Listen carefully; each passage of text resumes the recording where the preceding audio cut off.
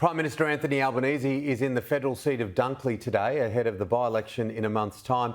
It will give a real-world insight into the wider political landscape. Joining me live is Special Counsel for Fitzpatrick and Co, Advisory, Bruce Hawker. How are you, Bruce? Very well, thanks, Tim. It's interesting how these by-elections can really peel back the look at the wider things that are happening in federal politics. Indeed. I mean, it's a chance to have a mini referendum on the government and on the opposition. And Dunkley's an interesting seat. It's been held by both parties over the years. It's out of suburban Melbourne.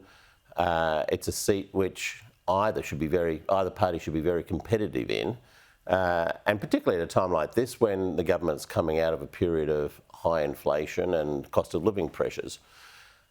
However, in the last week, we've seen some real changes in the way in which the economy and the economic outlook is looking. We saw the inflation figures coming in at 4.2%, which was the lowest in more than 2 years for the government.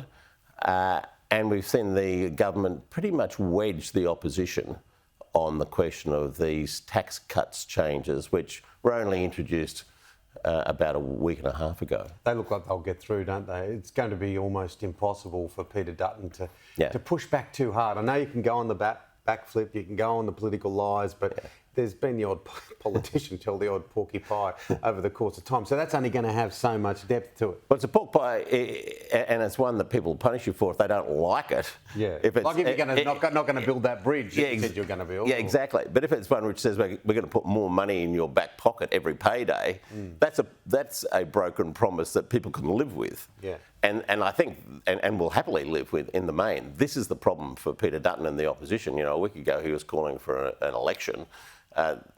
Last night on Channel 9, he was basically saying that he was going to wave through the changes because he can't be seen to be denying or standing in the way of tax cuts for middle and lower income Australians. He's wedged. Yeah, and you can see that Anthony Albanese, the way that he kick-started the year was obviously not only tangibly, but also from a PR perspective. It's all about cost of living. It's all about economy. You just mentioned inflation lowering to this point, and the RBA probably won't do anything on Tuesday, but as a matter of time. So he's put a couple of dollars on a favourite, and it's paying off for him. Well, as I've been saying for the last 18 months, provided the economy is starting to pick up well for the government in the lead up to the election, they should be in a good position going in.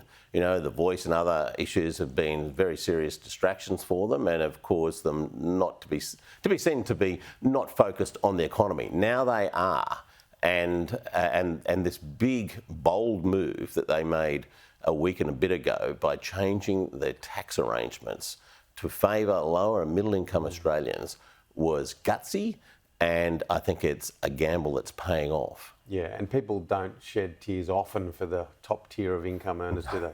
No. They don't do it. No, exactly. There's an expectation that those people will be able to look after themselves. You know, Australians still, as a general proposition, believe that we're a nation that looks out for people who are struggling to keep up or who are real hard toilers out there in that middle income bracket, working hard, 9 to 5 and more every day and bringing home a pay packet. They're the people that we respect and we want to see do better.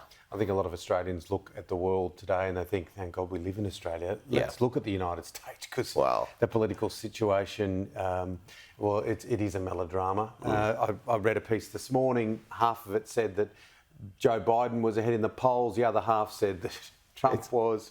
It's a mess. I mean, what you've got are two unpopular candidates for the presidency, effectively. The worst thing that could happen to the Democrats right now is if Trump ceased to be the candidate, ironically, because Haley would probably beat Biden because she's young and is not Donald Trump. And there's a big section of the electorate amongst Republican voters as well who just won't vote for Trump.